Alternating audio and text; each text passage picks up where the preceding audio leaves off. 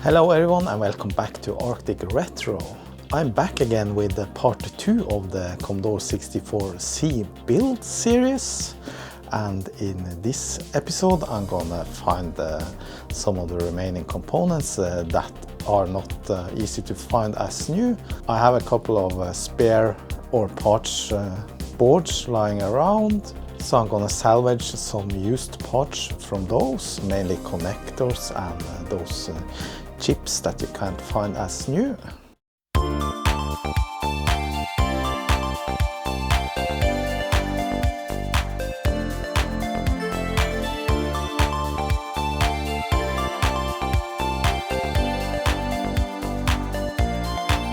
So just a little recap here. If you didn't see episode 1, I suggest you do that first, because that's where I told you about this brand new Commodore 64C replica motherboard that I got from Bwack. And in that episode you saw me populate this board with all the brand new components that I have bought that are possible to find as new. So what's remaining now is the connectors and the power switch and yeah, the chips. Obviously those are the most important for the operation of this board. I have placed a couple of new D-sub joystick connectors here. These are brand new, metal casing and everything, so I'm gonna solder in those first.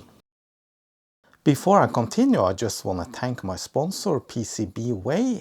They provided the PCB for this Commodore 64 build, and it's a very good quality PCB, as you will see through this video. So what do you need to do if you want to have produced this PCB yourself? Well, you simply just visit PCBWay.com, you enter the necessary data, you select the number of PCBs you want and what kind of type you want, and then you can upload the Gerber files. Once these are published on the GitHub site of Bwack, you can actually download it and upload it here and get an instant quote. And in here you select the various parameters for your choosing, the colors of the solder mask, what kind of surface finish you want. If you want to have gold, then of course that costs a little bit more than not gold. In fact, for smaller PCBs you can get as much as 10 pieces for just $5 and the build time is just 24 hours. Besides PCB prototype production, they also do CNC machining, sheet metal fabrication, and also know 3D printing. So they got you covered for all your needs for your hobby projects. Also check out their shared project site, where you can find a lot of cool projects that's already made, and you can just place them directly into the shopping basket and have PCBWay produce them in no time. So head over to PCBWay.com now and check out their services. For the various other connectors, I'm gonna use these parts boards. These are broken Commodore 64 boards that I have used as parts before. So some of the parts are missing. I'm gonna use perhaps this choke filter and yeah, these two connectors, obviously, the cartridge connector, yeah. So these are two longboard boards, and I also got one Commodore 64C short board here. It doesn't have that many components left. Yeah, actually I'm going to use this one. This is the correct choke filter for this machine. At least that's the same. It fits, has the same number of holes, and here we also have some chips I'm gonna remove and see if they still work. I'm not really sure if these are working, because this machine didn't work originally when I got it, and yeah, over time I have used this board as well as a parts board for repairing other machines. So I just wanted to briefly take a little peek at the previous Commodore 64 board I built a couple of years ago. This was also a replica made by Bwack in 2019, and this was the KU14194HB motherboard. So this is a long board, totally different, a lot of more components, more complexity. But this was a really fun build, and I used as many new components as I could. I have modern replacements for both the PLA chip and the SID chip, and yeah, new ROM chips here. A couple of chips are still the originals, the CIA chip and the CPU. But otherwise, these other chips are brand new, and obviously the VIC-2 chip is the original one. And here I have the Shuriken RF modulator replacement. So if we compare to the new board I'm building now, you can see it's quite smaller, this one, and it has a lot fewer chips. While the C64 longboards had 8 RAM chips, this one has only 2. And a lot of the logic chips around here are combined with a PLA chip into this big sort of PLA chip here. So I have looked through the board and I can't find anything missing, and everything looks to be installed the correct way, and yeah, hopefully it is. So now I'm gonna solder in these joystick connectors, and then I'm gonna harvest some other parts and solder in the connectors. Hopefully I can find everything on my spare parts boards. If not, I'm gonna sacrifice a working Commodore 64C for the last remaining parts, and then later I will repair that machine, obviously. For the cartridge port, I had this one lying around. It doesn't quite fit with the width of the holes between, but if you bend the legs a little bit, you can make it fit. However, it is 3 millimeters wider than the original cartridge port, so the cartridge doesn't fit, and then I have to shave off the edges here, and I don't want to do that. That will look ugly. So I am instead going to take the cartridge port from the C64C parts board. Here I have a power switch. Should fit. Yes. So my plan with this episode is to actually get this board up and running and see if it is working. If that's gonna happen, I'm not sure, but hopefully it will. A little bit soldering here. These are big connectors, and they have big holes and big pins, so need a lot of heat there. This is the power switch.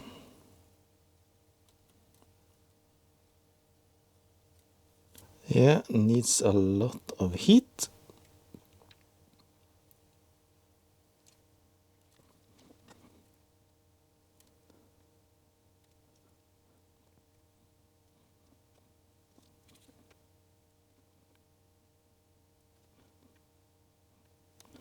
And then we have the joystick connectors.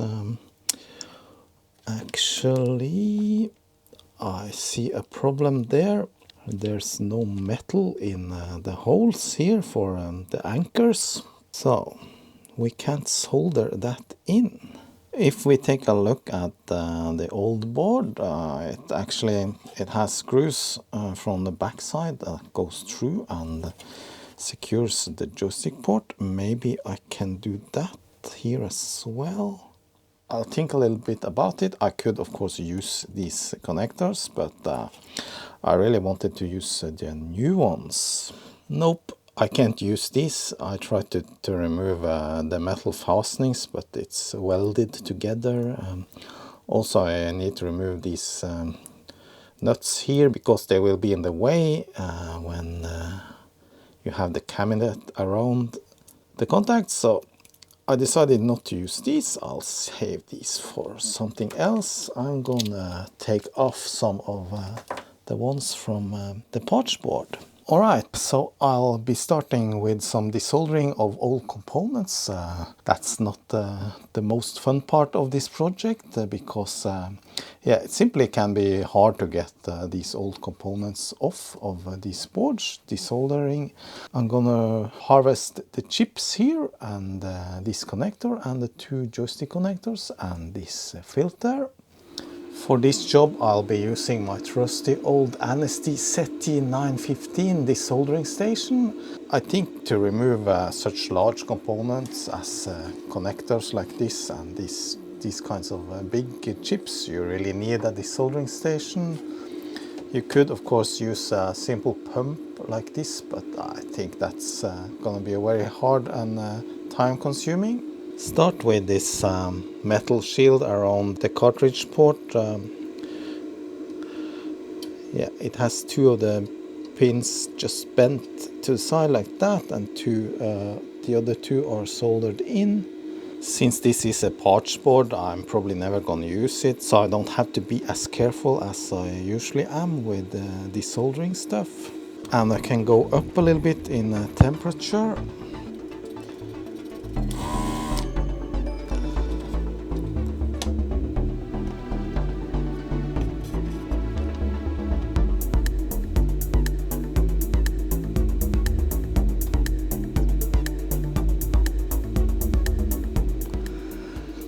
These are big chunk of metals on big copper surfaces, kind of hard to remove the solder. It needs a lot of heat.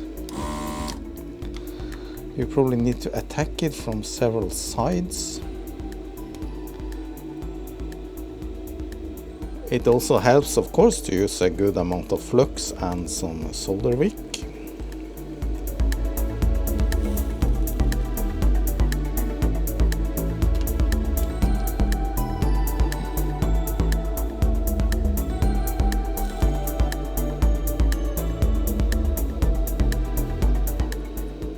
That's loose then, yep. Now this old contact, it has like 40-50 pins. To make it a little bit easier to get off, you can actually refresh all the pins with a little bit fresh solder. This is leaded solder, so yeah. Probably it had leaded solder from before, but leaded solder is easier to melt, and when it mixes with the old solder it should be easier to remove.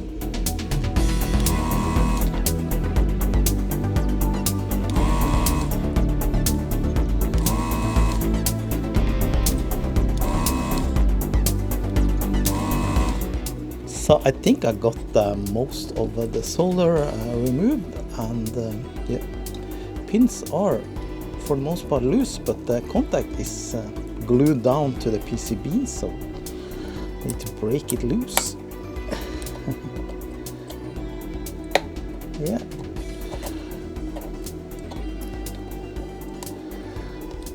Just wiggle a little bit and see if it comes all the way loose. Couple of pins are stuck, that's normal. First row is completely loose. I think there's just one or two pins that's still stuck here, so I'm just gonna use the soldering iron. I don't want to rip this out, even though I'm not planning on being too careful about this motherboard.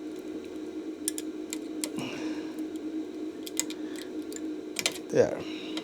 That's one perfectly usable expansion port. I'm of course gonna clean it up with some contact cleaner and everything. Okay, next the two joystick ports.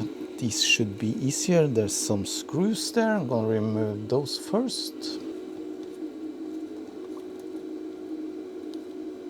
Same drill there.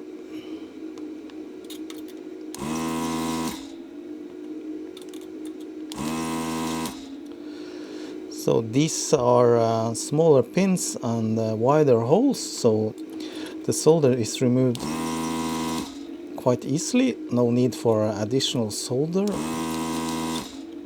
Yeah, these are completely loose, almost at once. Yeah, just a single pass on that and it was freed. This one requires a little bit more work. Then I'm gonna desolder the choke filter and the chips I need, and yeah, that's a little bit boring, so I'll be back when that's done. Alright, I now got all the contacts I need from various parts boards, and some of the chips already pulled out. The problem is I don't know if these chips are working or not. I'm gonna test a couple of them with a Retro Chip Tester Pro.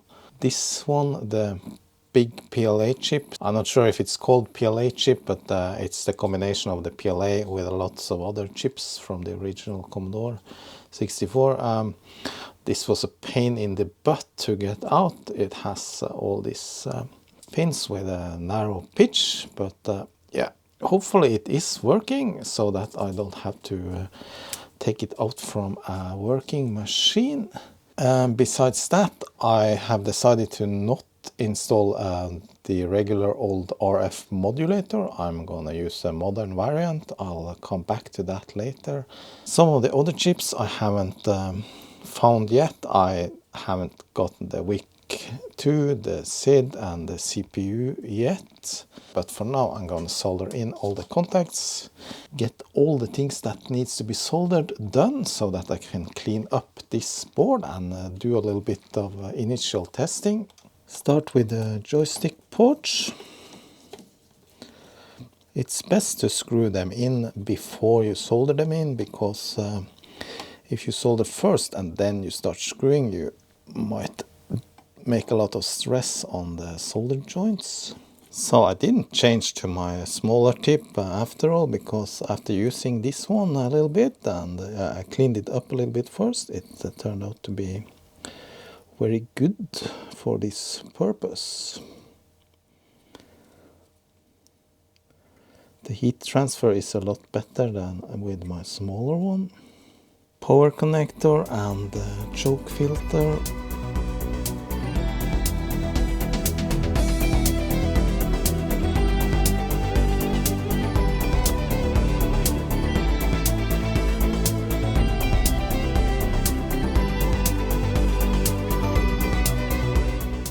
Cartridge port, just add a little bit of glue there.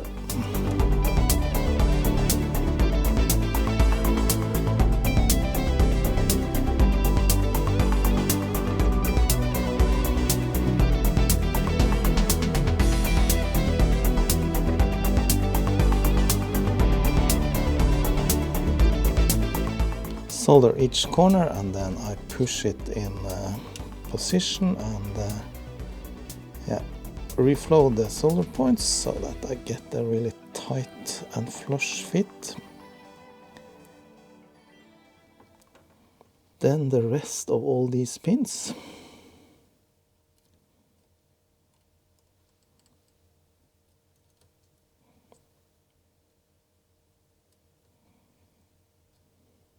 Finally, I got the serial and the video ports. It's a little bit hard to get them properly aligned. Just solder a couple of points and then I'll adjust.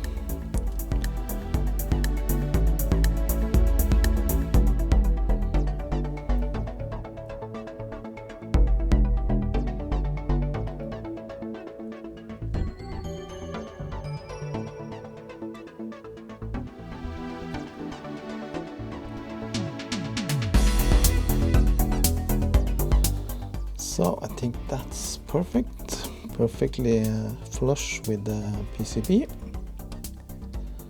That moved a little bit, so wasn't quite there, but now it is.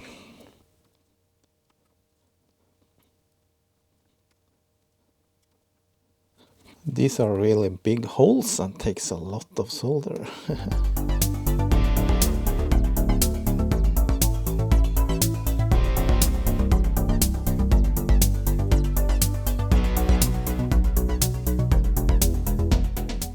Alright, I'm just gonna add this shield and we're done.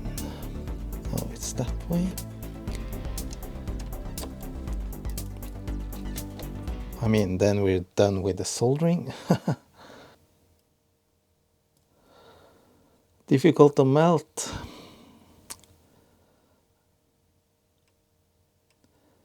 Takes a lot of solder. Yeah, I think that's it. All right, that's one milestone of this project. Everything that's supposed to be soldered is now soldered in, except for the RF modulator replacement that will come later. So, yeah, now I'm actually gonna take and clean up this board a little bit before I insert any chips and things like that. It's a good idea to clean up all the flux and yeah, get this board back to shining again.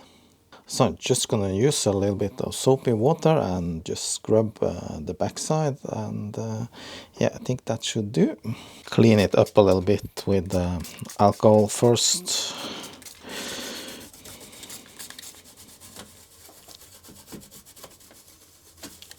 Alright, the board has been cleaned and it looks now very clean and shiny.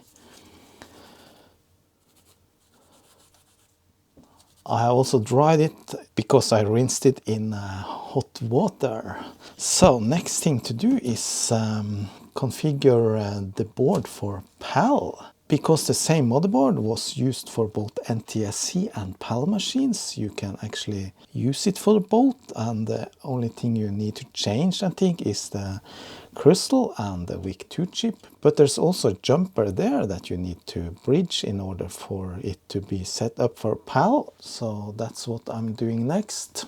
That jumper is J3 and it's here right below the crystal oscillator, so just need a little solder blob there.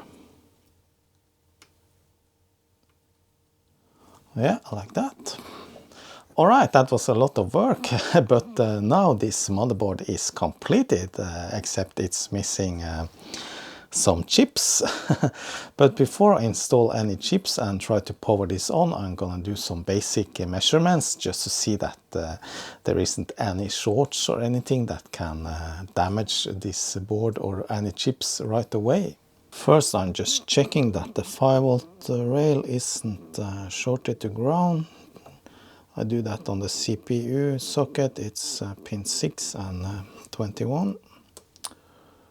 No, that looks all right. Checking the WIC2 chip, that's the 5-volt pin there, and there's also one 5-volt there. Those should be connected. The ground is there, should obviously not be connected. Ground there should be connected to the main ground. Yes, it is. Yeah, so the main voltage line seems to be all right, no issues. The SID chip also uses 12 volt or 9 volt, I don't remember, input on that pin there, and also check that it wasn't shorted or anything, so everything looks okay. So I'm thinking maybe I'm just gonna power this board up now without any chips in it and see if I can find the voltages. Hopefully nothing is gonna start smoking right away. It's in and turning on for the first time. So nothing particularly interesting happened.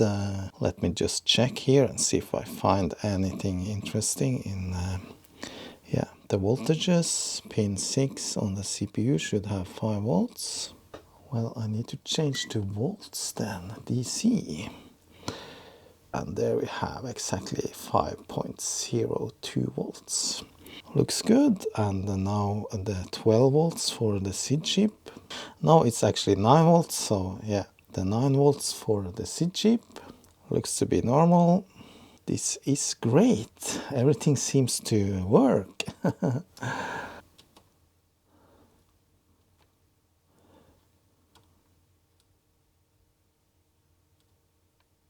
Yes, all the chips has 5 volts. Great. That makes me really excited. Maybe this is gonna work first time. Okay, let's insert some chips then. I'm not sure if I have all the chips. I might have to desolder some from another machine, but I'll start with the ones that I have. First chip in, and this is a brand new 74 HTC14.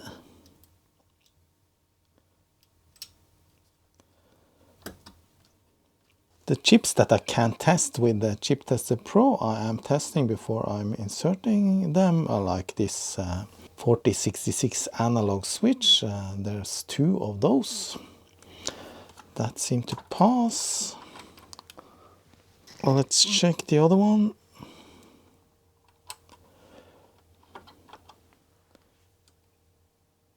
Yep, okay, failed.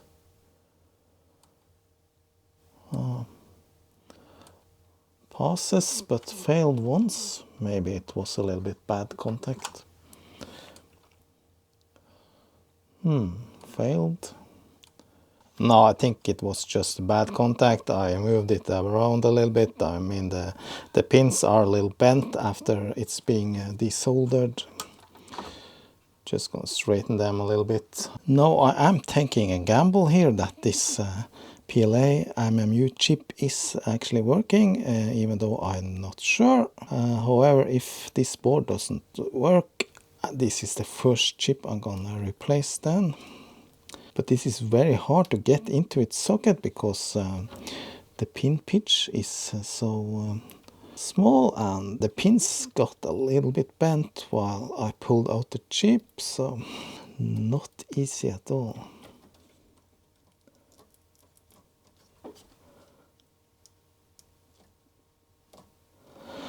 Not sure if it's in or not. Yeah, it's in. So now I'm gonna find a couple of memory chips. I have a whole bunch of these memory chips that I used here. This board just has 2 memory chips.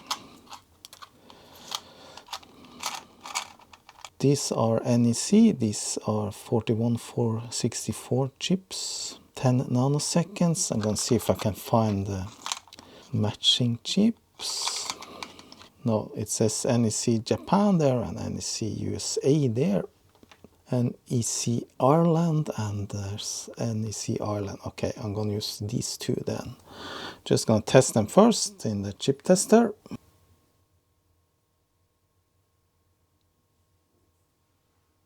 That one seems to pass. Yep, test passed. Well, the other one failed. Okay, maybe that's bad.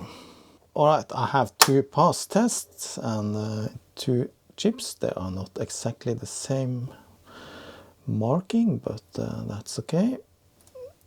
I have the 2 CIA chips. I have one that I pulled from the other machine and this one I had from before. Normally they are marked as A and B, but they are the exact same chip and both these are marked as B. Problem with chips that you pull out of existing boards is that often the pins are cut and they are very short, so yeah, it doesn't always stay in the socket like this one. I think this is yeah, just barely hanging in there. Alright, I had a look around my parts collections and yeah, now I found almost every chip. I even got a couple of spares here for the VIC-2 and the kernel. So this revision of the Commodore 64C came with 85 variants of the different chips. This is the 8565 R2 for the VIC-2 chip. And the SID chip should also be the 85 variant. You can't use the 65 variant for the older Commodore 64Cs because it requires other voltages. So you will probably destroy the chip if you choose the wrong one. And the CPU I need to find. I don't think I have a spare. I have to take a look around and see if I can find the last 2 remaining chips. The VIC-2 isn't necessary for testing this board, but I'll have to get one some way or the other. Oh, look what I found. SID 8580, that one we can use. Great.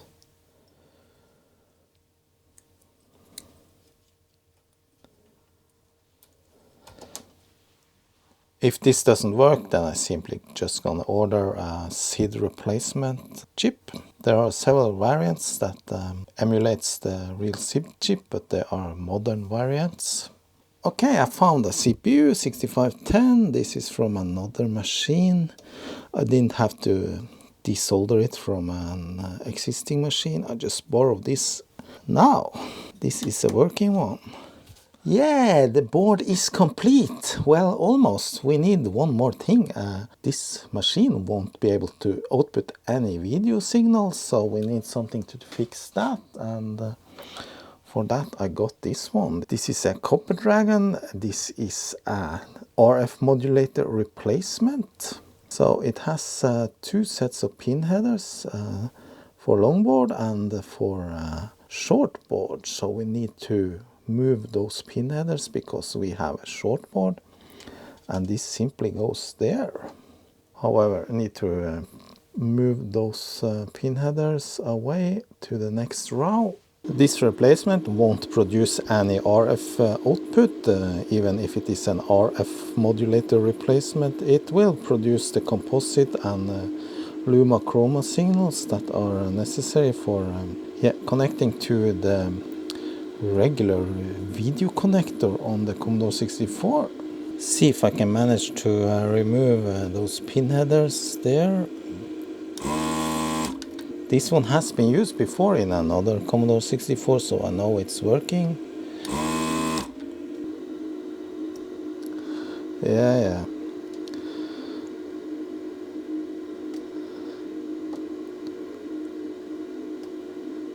Not exactly how I wanted this to go, but yeah. Just gonna take some new pin headers and replace this with. So building a new Commodore 64 in 2023 doesn't necessarily mean that everything has to be old parts. I mean, there are modern solutions we can utilize, like this one. You could put this on some socket, I mean some pin header, the opposite pin headers, but I'm just gonna solder it straight in there. No big deal. If I wanna remove it sometime, I can just desolder it. No need for any support or anything, it's just very lightweight, so just gonna hang there. Hopefully the last soldering of this machine.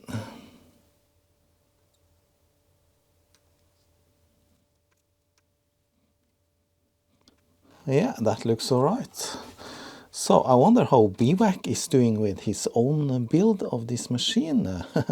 We agreed to do it at the same time, but it's not like a competition or anything to be first finished. The goal here is to see if this works or if it needs any tweaks or adjustments. Alright, the board is fully built and ready to be tested and powered on for the first time for real. I have one more tweak I want to do on this, and that's this Luma Fix module. I'm gonna install that for the VIC-2 chip because it's supposed to give you a better image. We'll see about that later. First, let's pour it on and see if it works. Excited! Okay, connecting the power. Let's check now. Alright, let's start the countdown. 3, 2, 1, ignition, 0. Okay, there's a video signal, but it's a black screen. We have a black screen. Alright, black screen can mean anything. Yeah, as I mentioned, I'm not really sure about some of these chips, particularly this one, because I pulled it out of a parts board from a machine that previously didn't work. And yeah, I'm not really sure about actually the VIC-2 chip. I'm gonna leave it on for a while now to see if anything gets hot. I can feel there's a little bit of heat building up on this chip and the VIC-2 as well. This one is dead cold. Nothing got very hot, so I'm gonna try the dead test cartridge. Maybe we get something on the screen. Nope, still nothing. All right then, now we're back into the good old fault finding mode here, and the first thing I'm gonna do now is to check if the CPU has a clock signal, and yes it does. That's a good stable clock signal, but it's a little bit low. It's just over 3 volts. Let's check. Pin 6 here should be 5 volts, and it is. Let's check the clock out. Yeah, a little bit low too. Not really sure why that is. And the VIC-2 chip is getting quite warm now. All right, I'm gonna do a little bit of swapping of chips here off cam, and then I'll be back.